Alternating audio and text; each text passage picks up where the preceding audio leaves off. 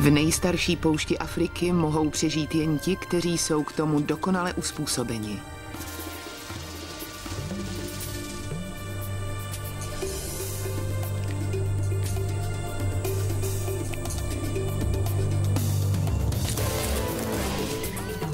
Je to svět plný nebezpečí, ale jeden zdejší malý bojovník se nikdy nevzdává a nikdy neustupuje. Má nezdolného ducha i tělo. Je to drak z písečných dun. Chameleoni, pouštní draci.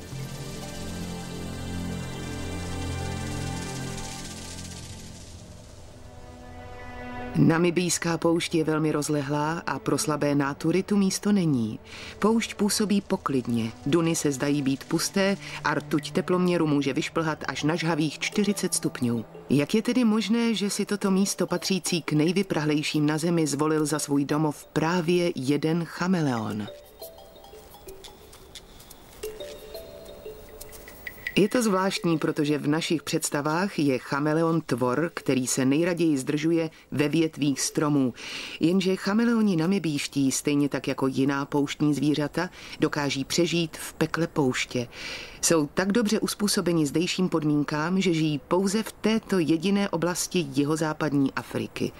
Mladá samička dostala do vínku více než jen výborně přizpůsobené tělo, má navíc nezdolnou vůli k životu. Dali jsme jí jméno Ependa, což v místním jazyce herero znamená statečná.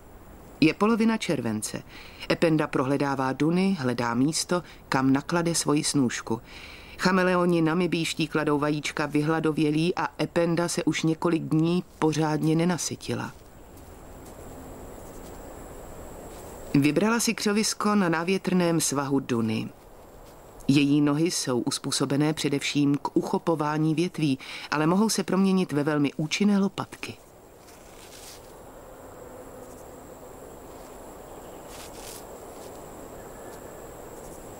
Konečně může vyložit svůj vzácný náklad. Do přibližně 20 cm hluboké jamky padá první kožovité vajíčko.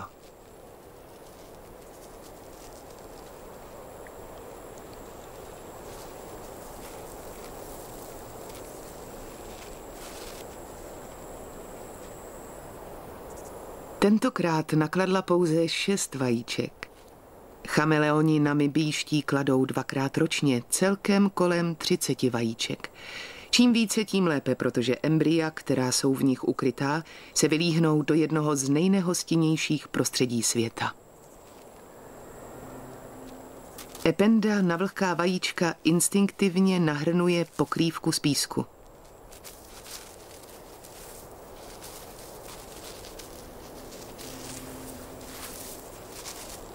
Je však ještě neskušená a nezahrabe je úplně. Jejich šance na přežití jsou mizivé. Ale bude-li jim přát štěstí, asi za 100 dní se vylíhnou. Ependa sice nebude o snůšku aktivně pečovat, ale postará se o ně nepřímo. Bude se zdržovat poblíž, bránit bezprostřední okolí hnízda a neustále střežit své teritorium. Někdy urazí až 4 kilometry denně.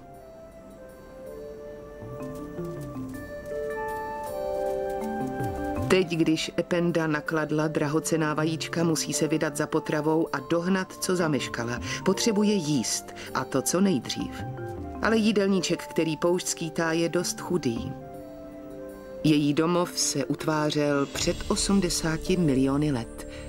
Toto je nejstarší poušť na zemi a leží na území jednoho z nejmladších států světa, Namíbie.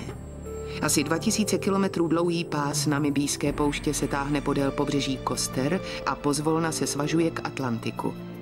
Na tomto zrádném pobřeží našlo smrt mnoho námořníků. Třeba, že je pobřeží koster lemováno vraky lodí a proslulo bezpočtem mrtvých, na zdejších dunách bují život. Najdeme zde i místa, kde podzemní vody prosákly puklinami v zemi a mezi mořem a písečnými dunami se vytvořily brakické laguny.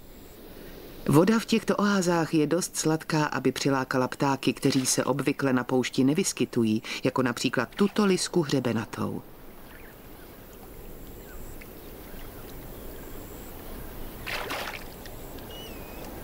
Kormorán velký a čírka hotentocká se také připojují k hostině. I na pobřeží je živo. Z antarktických vod sem proudí studený benguelský proud, který přináší živiny a plankton. Pronikavé sluneční záření podporuje bujení drobných mořských živočichů, díky nimž tyto vody patří mezi nejbohatší na světě.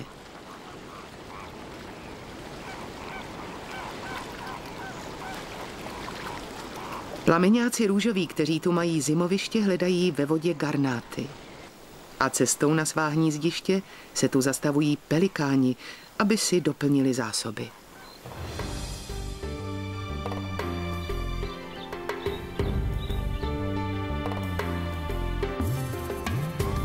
Od moře dují ostré pobřežní větry, které tvarují písek do nekonečných půlměsícovitých dun, místy až 300 metrů vysokých. Duny jsou bičovány převažujícími jižními větry a proto se neustále proměňují a pomalu sunou k severu. Vítr navíc smete z povrchu veškerý živočišný i rostlinný odpad. To je počátkem jedinečného potravního řetězce, který se téměř zcela opírá o jednu skupinu živočichů, ostatné brouky ze skupiny potemníků. Potemníci jsou potravou ještě pro několik dalších živočišných druhů. Tito brouci nahromadí energii do formy, která je poživatelná pro druhy stojící na potravním řetězci výše. Bez podobných tvorů by zde mohlo žít jen velmi málo živočichů.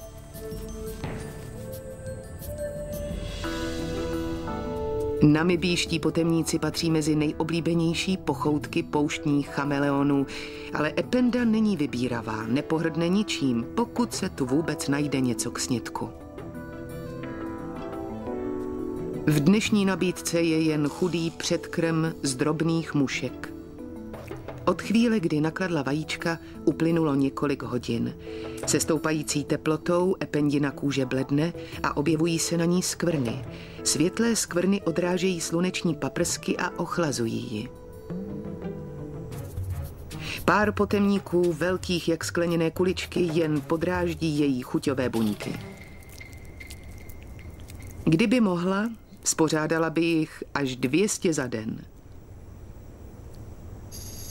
Ependiny oči se nezávisle na sobě otáčejí všemi směry. Kořist, kterou si vyhlídnou, nemá šanci.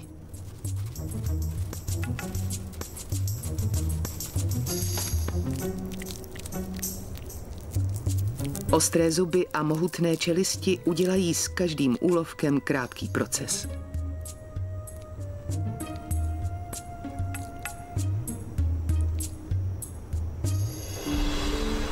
Po nedávné přeháňce rozkvetly keře.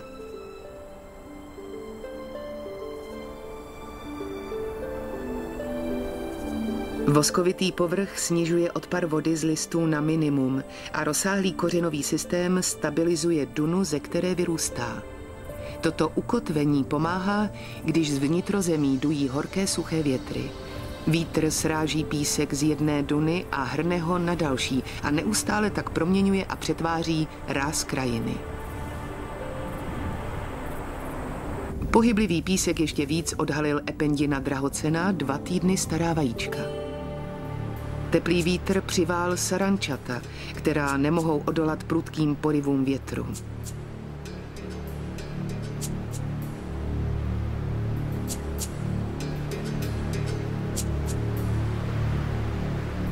Tato spadla z nebe přímo na Ependino území, jako mana nebeská.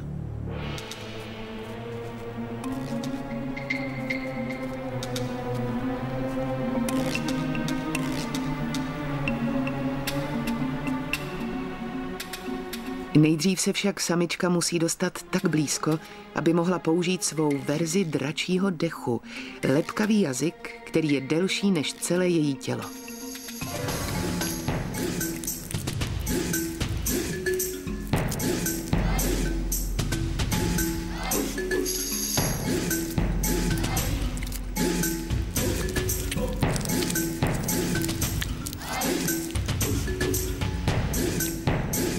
Toto neočekávané sousto objevila až na samém okraji svého teritoria. Duny na obzoru už jí nepatří, tam vládne její soused, protivný starý bručoun. Chameleoni změnou barvy nereagují jen na změnu teploty, zbarvení se jim mění i podle nálady a tento nasupený starý samec tráví většinu času zahalený v černém, až po špičky šupinatých dračích ostnů na páteři. Samec dostal jméno Katupia, což znamená nerudný.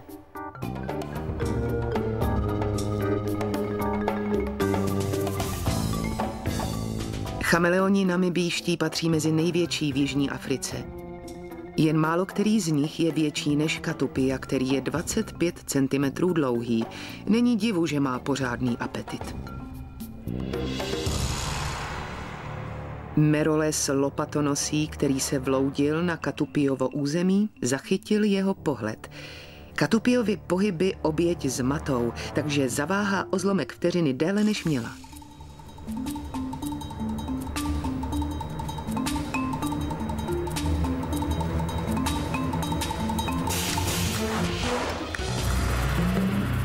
Jeho robustní hlava a mohutné čelisti kořist snadno rozdrtí. Jakmile je tělo ještěra měkké a pružné, Katupia je celé spolkne.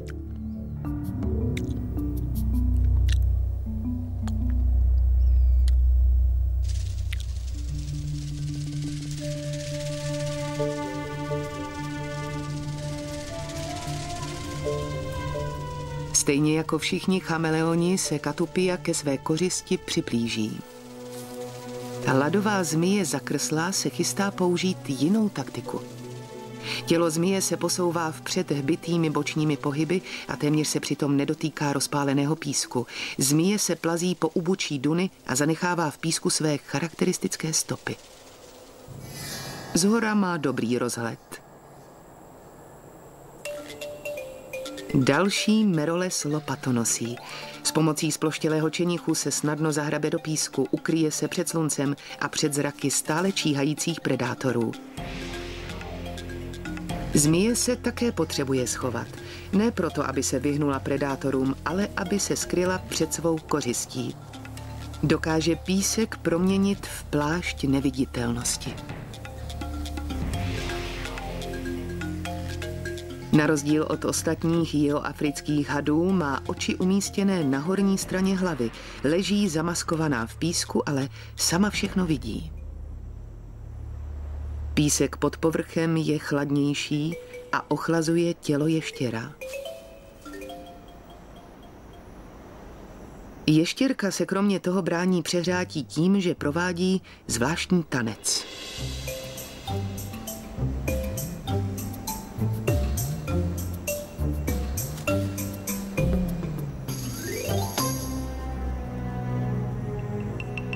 Vyplašená ještěrka se rozhlíží po okolí. Zdá se, že vzduch je čistý.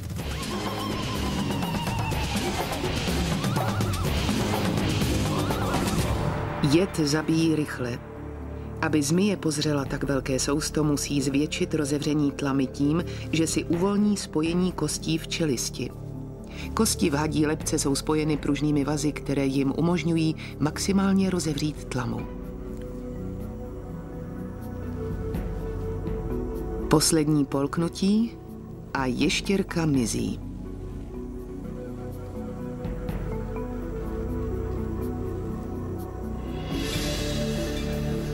Had vrátí čelistní kosti zpátky na místo tak, že si jemně zívne. O zbytek se postarají silné trávicí šťávy. Zmije teď nemusí týden přijímat potravu.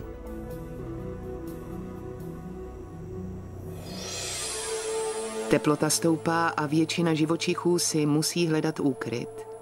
Chameleoni namibíští však díky své úžasné schopnosti měnit barvu mohou zůstat aktivní i v největším žáru. Ependa už téměř úplně zbělela. Horko ji netrápí, protože žhavé paprsky se odrážejí od její světlé kůže.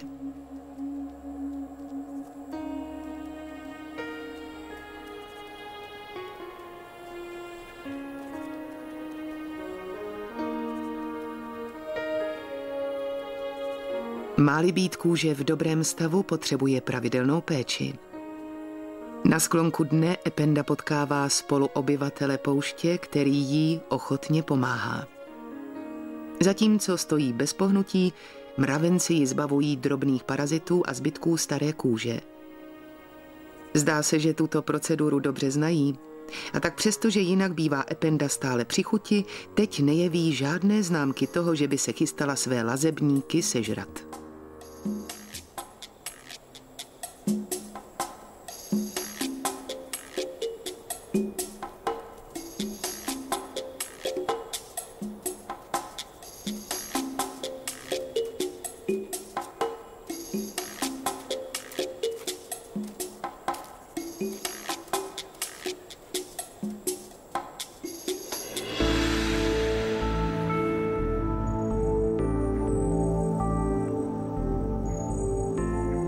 Chameleoni jsou stejně jako všichni plazi studenokrevní a jsou proto závislí na teplotě svého okolí.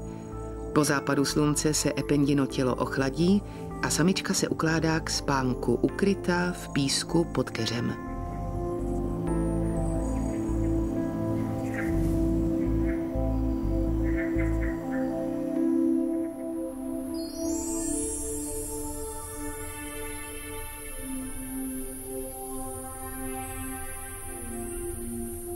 Probouzí se stuhlá a malátná.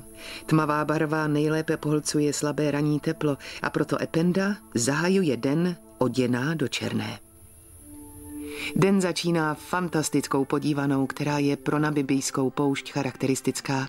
Jak se teplé větry z otevřeného moře ženou přes studený pobřežní benguelský proud, rozdíl teplot způsobí srážení vlhkého vzduchu a pevninu až do vzdálenosti 50 kilometrů od moře zahaluje hustá mlha.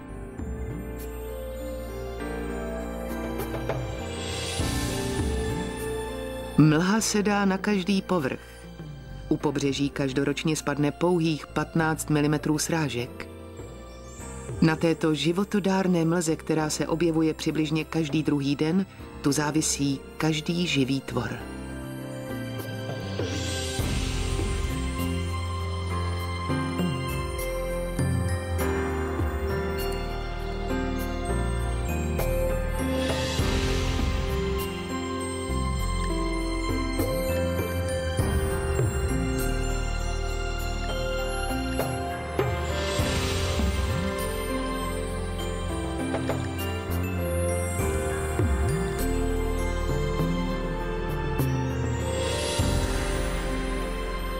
Někteří obyvatelé pouště si vytvořili skutečně geniální způsob, jak vzácnou vodu zužitkovat. Například potemník druhu Onimacris ungicularis se časně z rána vyšplhá na vrcholek vysoké duny, postaví se proti větru, napne zadní nohy a s hlavou skloněnou k zemi vyčkává. Mlha se mu sráží na nohách a krovkách ochlazených nočním vzduchem a kapky vody mu po nakloněném těle stékají až ke kusadlům. Zmije zakrslá si vystačí se svým sploštělým tělem, sbírá rosu z vlhkých šupin. A pak, když jí nabere pořádný doušek, jednoduše rozevře čelisti a voda jí vklouzne dovnitř.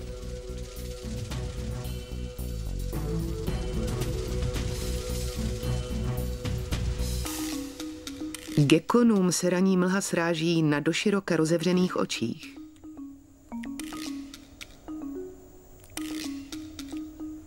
Gekoni jsou noční tvorové a po osvěžujícím občerstvení si najdou úkryt, ve kterém přečkají horký den.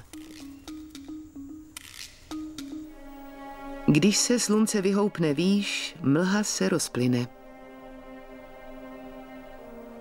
Zatímco se všichni horlivě snažili uhasit žízeň, objevil se vetřelec. V tomto nevlídném prostředí, kde jsou omezené zdroje, je důležité hájit teritorium. Toto je mladý sameček, který si hledá vlastní území.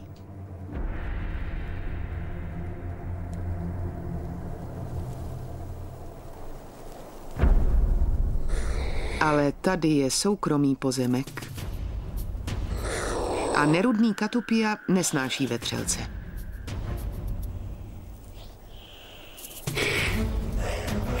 Mladík však nehodlá ustoupit. A tak dochází k otevřenému střetu. Soupeři využívají svého silného zkusu a snaží se protivníkovi zlomit čelist.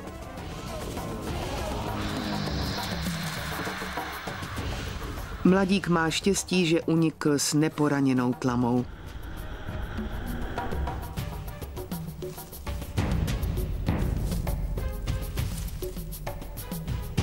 Zatímco se Katupia vítězoslavně naparuje, mladý sameček peláší pryč, celý zežloutlý strachy, přímo na sousední území, kterému vládne Ependa.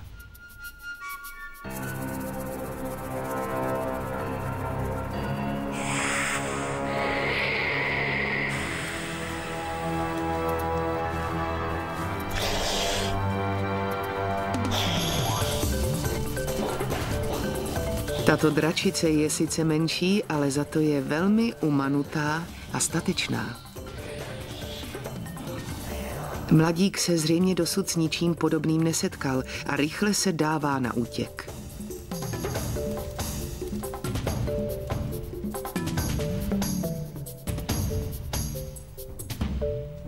Písek je ještě navlhlý ranní vláhou, ale Ependa už vybojovala svou první bitvu. Teď se může nerušeně věnovat hledání potravy. Ependa je stejně jako všichni chameleoni namibíští schopná pozřít prakticky cokoliv. V chomáčích keřů na jejím teritoriu se často ukrývá potenciální kořist.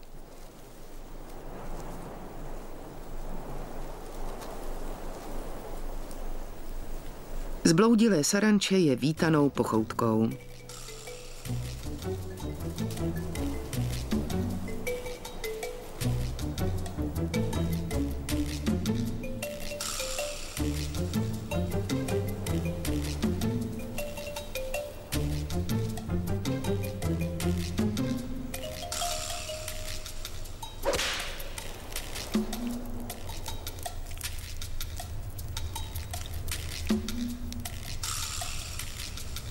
Všichni ti, kdo žijí v tomto vyprahlém světě, musí přijmout přinejmenším tolik vody, kolik jí vydají. Ependa je nejspíš pořád tak při chuti, protože potřebuje vyrovnat nedostatek tekutin ve svém těle. S každou kořistí, a zvlášť je-li takto šťavnatý úlovek, získává pár kapek tekutin.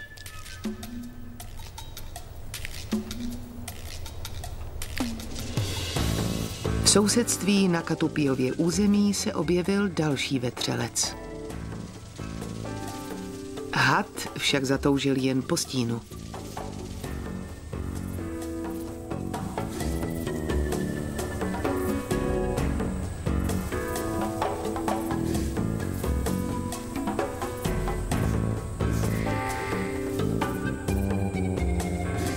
Katupiovi se vetřelec nelíbí a mezi plazy tak dochází k měření sil. Katupia své území ubránil a zároveň se vyhnul fyzickému střetu.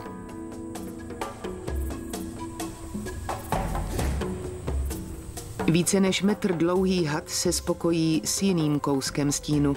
Udělá cokoliv, hlavně když bude mít klid.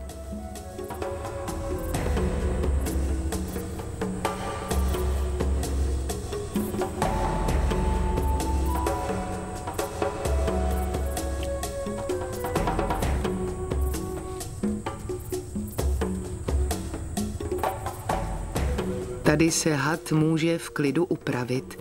Nejspíš se mu mezi šupinami zaseklo pár nepříjemných zrníček písku. Ependa prohledala jeden trs keře a zamířila k dalšímu. Cestou k němu však musí opustit své území a přejít přes Katupiovo. Chameleoni namibíští žijí na oddělených územích, ale někdy se jejich teritoria překrývají. Toto je země nikoho.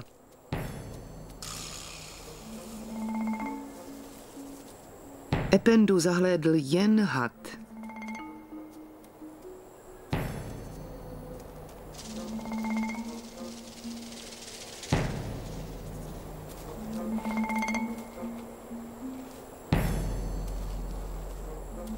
Ependa pátrá po neznámém území a zahledne jeho pána.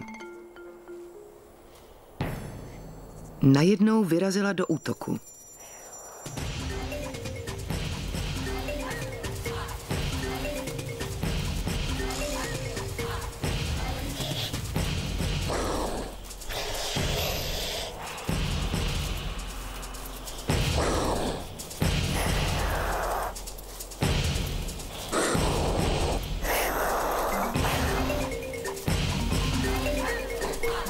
Při územních bojích se chameleonům objeví nejvýraznější zbarvení.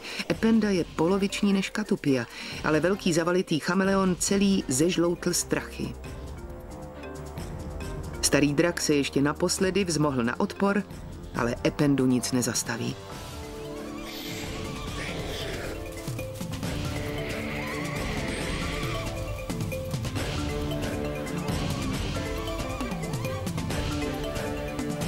Její troufalost se vyplatila a samička se může přihlásit o svou odměnu.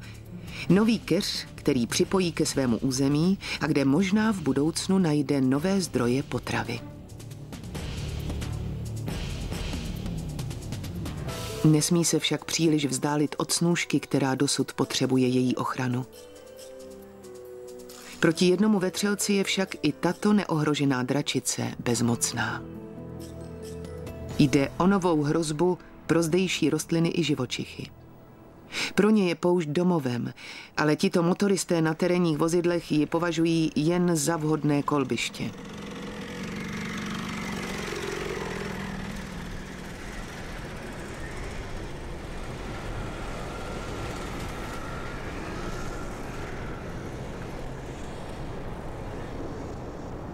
Stopy v písku brzy smaže vítr, ale čtyřkolky zanechaly na tomto citlivém místě jinou jizvu. Stopu smrti. Mladý sameček se nedostal ani za hranici Ependina území.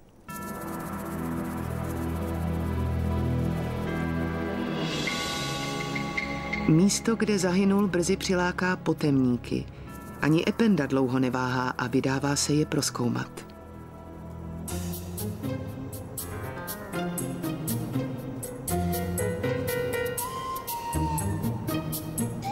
Brouci, kteří sem přišli hodovat, se tak záhy stávají její večeří.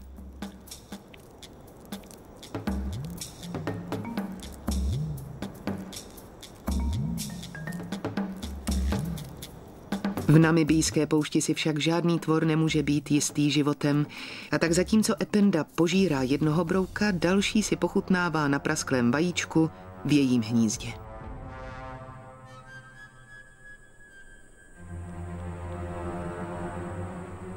Přežije některé ze zbývajících vajíček následujících pár týdnů bez úhony? Chameleoni se 3krát až 4krát ročně, podle toho, jak jsou živení, svlékají z kůže.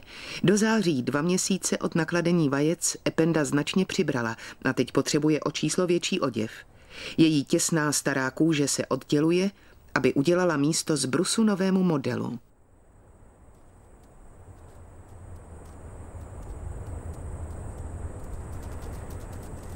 Chameleoni jsou v období svlékání velmi zranitelní, protože suchá kůže může upoutat pozornost predátorů. Proto se Ependa radši spěchá schovat.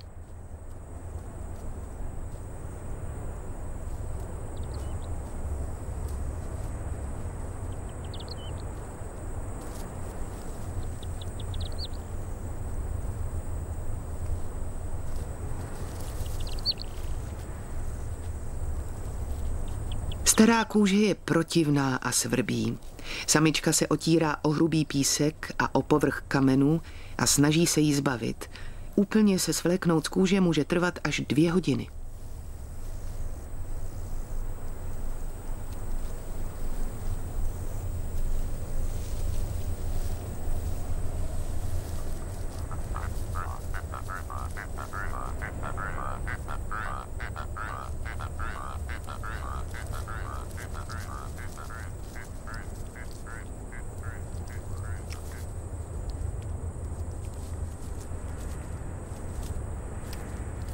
Moc lákavě to sice nevypadá, ale uschlá kůže je bohatá na vápník a chameleoni namibíští nepatří k těm, kteří by něco nechali přijít na zmar. Ependa nejenže recykluje svou vlastní odloženou kůži, ale kromě toho pozře všechno, co jiní plazy odložili.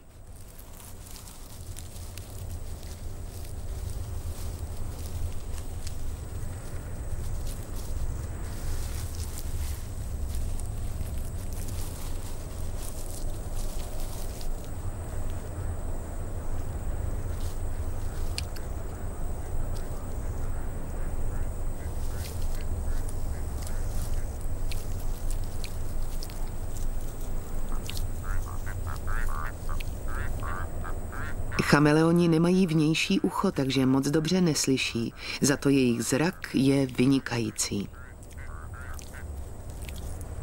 Ependa se podívá nahoru a zůstane jak přimražená. Yellow-billed kite by si na vypaseném chameleonovi s chutí smlsnul.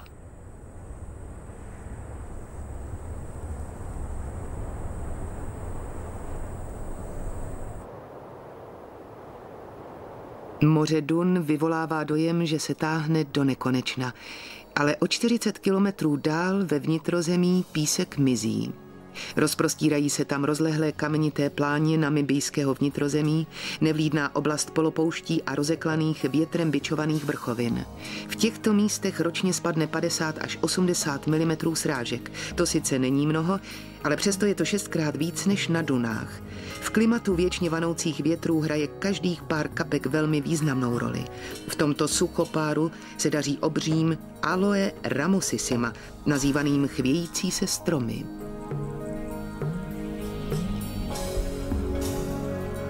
Velvičii podivné se říká botanický zázrak. Roste pouze v namibijském vnitrozemí a je to vlastně zakreslý strom, který má pouze 2 široké listy, každý až 3 metry dlouhý. Jedna z těchto rostlin je údajně 2000 let stará.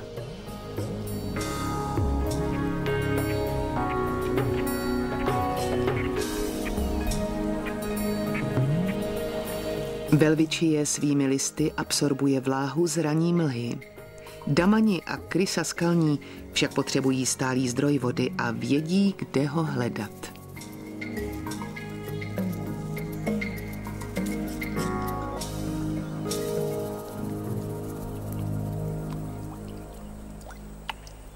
Jeskyně, jako je tato, jsou tu ovšem vzácné. Vznikla, když hluboké pukliny v zemské kůře dosáhly až k prastarým podzemním zásobám a odhalily vodní tůně, které se utvořily před miliony let. Dnes tu k povrchu stoupá nekonečná stružka. V této vyprahlé krajině je zdroj vody vzácnější než tekuté zlato.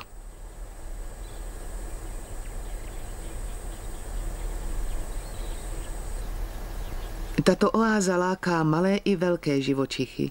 Můžeme tu spatřit rozmanité tvory. Podobně jako tvorové žijící v poušti na dunách, i tito živočichové přežívají díky mistrovským trikům, které se postupem času naučili. Speciálně uspůsobená pera na břiše samce stepokura fungují jako houba.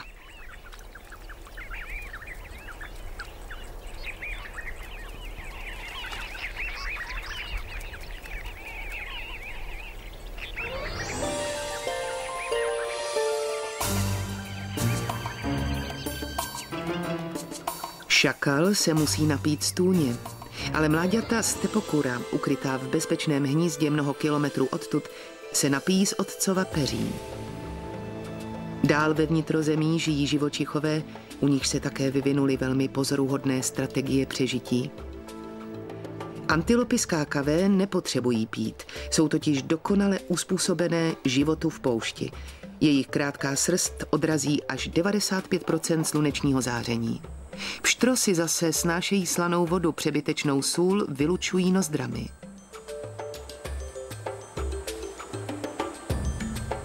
Kroužící sup je pořád ve střehu, neustále hledá rozkládající se těla. Tady, stejně tak jako na dunách, se jakákoliv slabost trestá smrtí a ta má někdy podobu pouštního lva.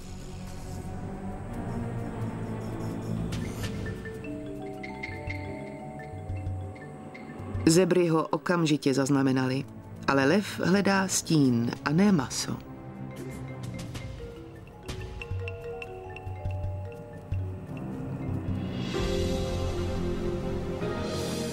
Pozdě odpoledne, když slunce klesá za obzor, se vzduch konečně začíná ochlazovat.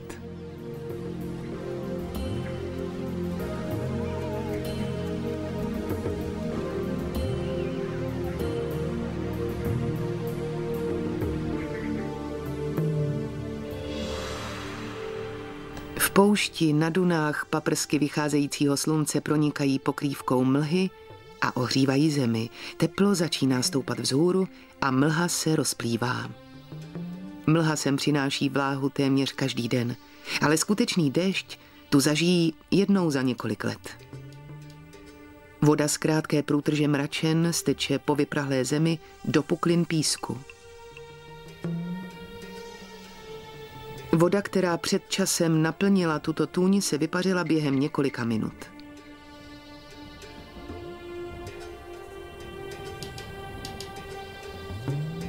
Přestože už je země zase vyprahlá, déšť tu zanechal silnou stopu. Pouštním rostlinám stačí jen kapka vláhy a přežijí až 2 další roky.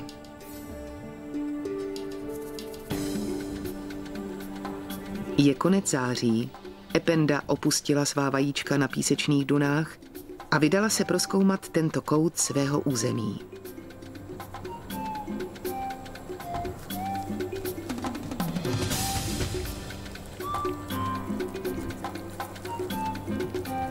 Většinou musí od sousta k soustu urazit pořádný kus cesty, ale tady je potrava všude, kam se podívá.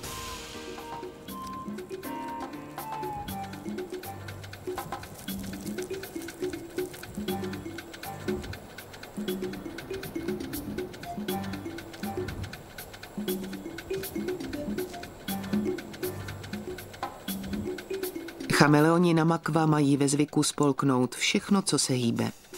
Ale tohoto stvoření se Ependa ani nedotkne, i kdyby měla sebevětší hlad. Je to stonožka.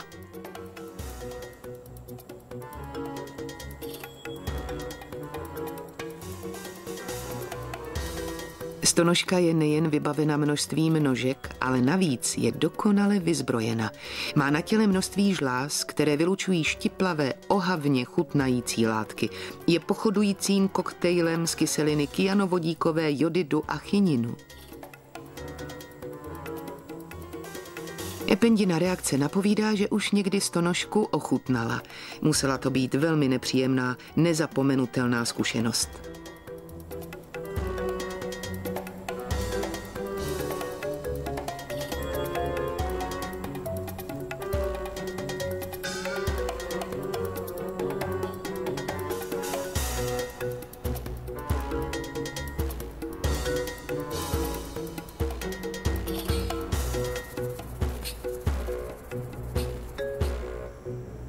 Vyschlá tůň přitahuje i další lovce.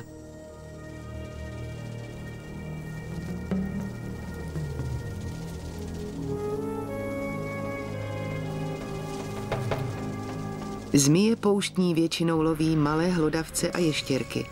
Dnes však její rozeklaný jazyček zachytil jiný pach. Vůni chameleona. Šťavnatý ještěr by přišel k chuti.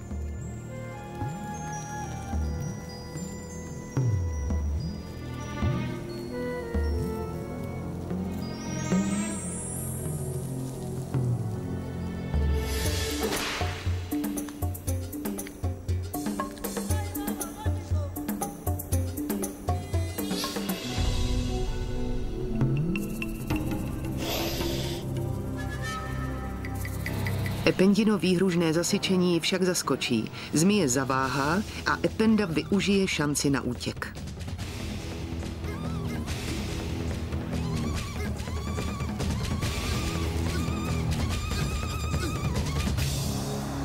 Zmije se bude muset spokojit s nějakou méně bojovnou kořistí.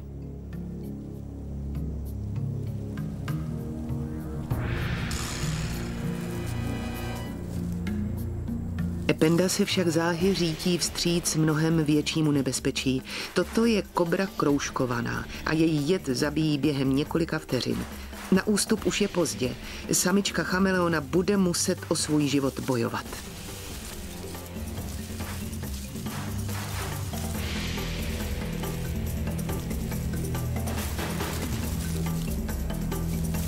Jen velmi málo tvorů přežilo setkání s kobrou kroužkovanou a mohlo by o něm vyprávět. Ale malé Ependě se podařilo jednoho z nejobávanějších zabijáků v Namibii zahnat na ústup.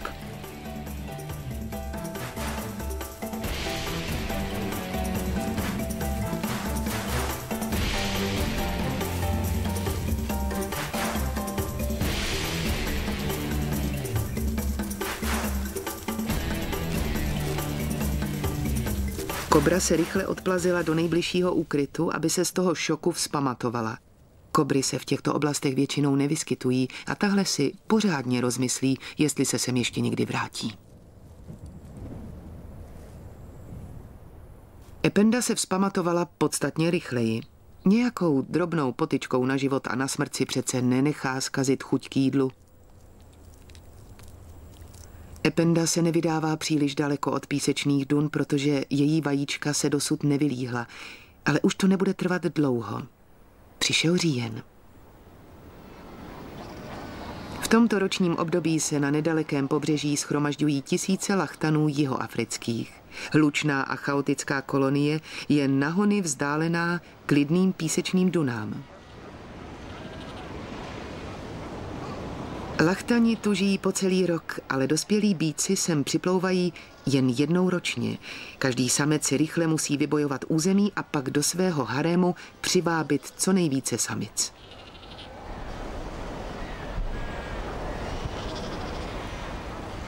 Všechny samice v rozmezí několika týdnů vrhnou mláďata. Rackové, který se živí zbytky, uklízejí pozůstatky po porodech. Brzy poté, co samice porodí, se s ní samec znovu bude pářit. Samice se většinu času drží poblíž svých mláďat, ale přesto si musí čas od času odskočit do moře, ulovit si něco k snědku. Jedna matka hledá bezpečné místo, kam by si odložila týden staré mládě.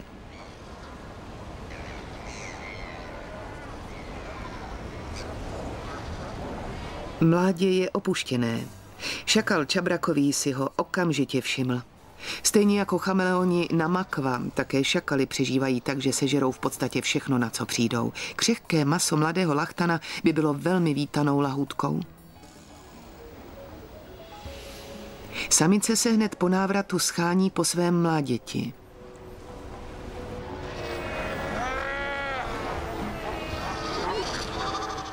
Jeho volání pozná dokonce i v tomto rámusu.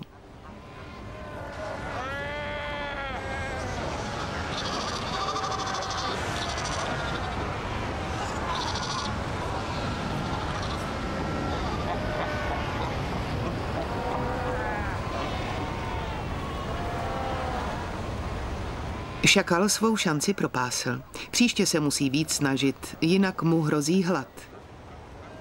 Ale lachtaní kolonie je velmi rozlehlá a určitě se tu někde najde pár mláďat bez dozoru.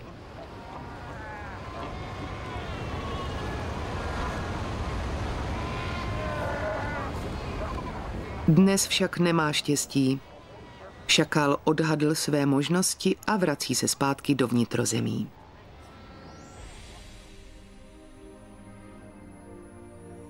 Ependa se znovu ocitla poblíž samého srdce svého teritoria.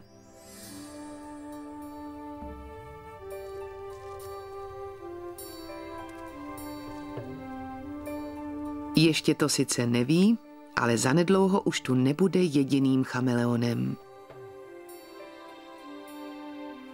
Hluboko v houští Dolar Bushes, na místě, které si před 3 měsíci tak pečlivě vybrala, se schyluje k důležité události.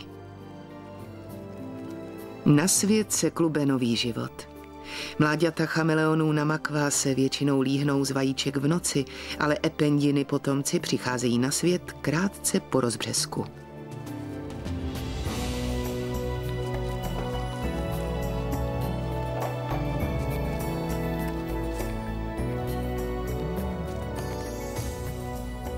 Mládě se poprvé rozhlíží po těchto velenebezpečných jeslích.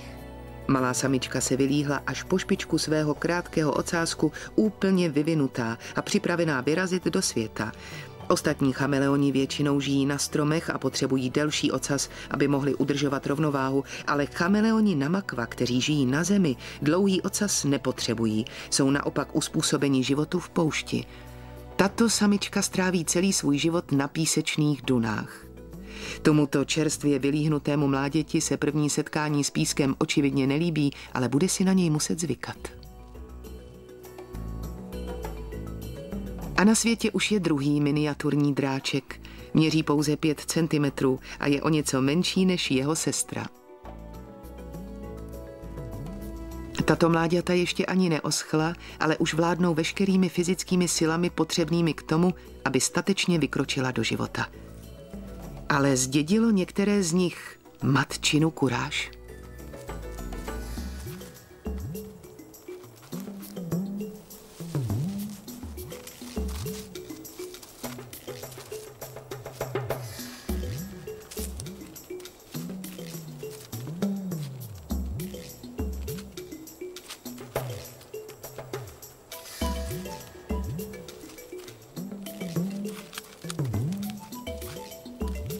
Ranní slunce brzy osuší zbytky vajíčka a první mládě po straně stmavne, aby se zahřálo.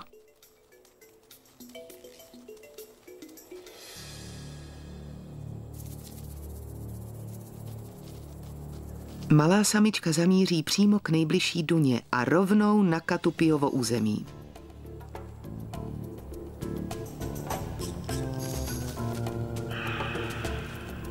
Skutečně nejspíš zdědila matčinu odvahu, ale její rozum jí bohužel chybí. Na rozdíl od Ependy mládě dosud neví, kdy je potřeba ustoupit. V namibijské poušti není šance vzít si ponaučení ze svých chyb.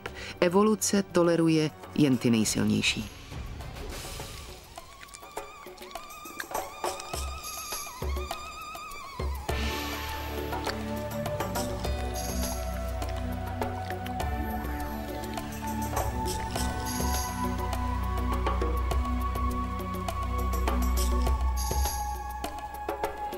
Žádné další vajíčko už se nevylíhlo.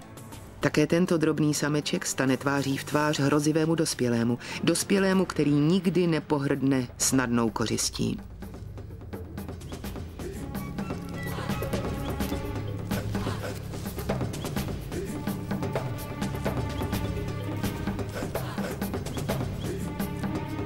Ale tohle není jen tak obyčejný chameleon. Mládě nemá tušení, že stojí proti nejstatečnějšímu, nejtroufalejšímu a nejhouževnatějšímu chameleonovi na této straně dun, proti své vlastní matce.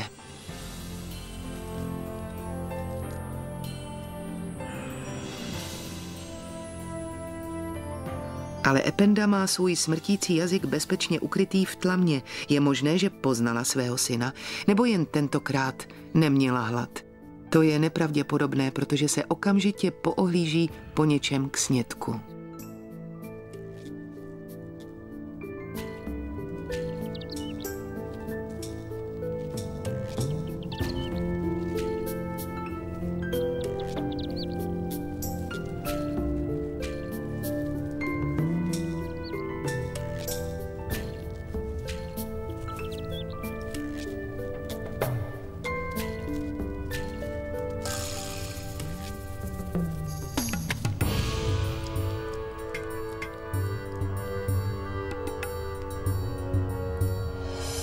Mládě zdědilo matčinu chuť k jídlu a již dokazuje, že je zdatným lovcem.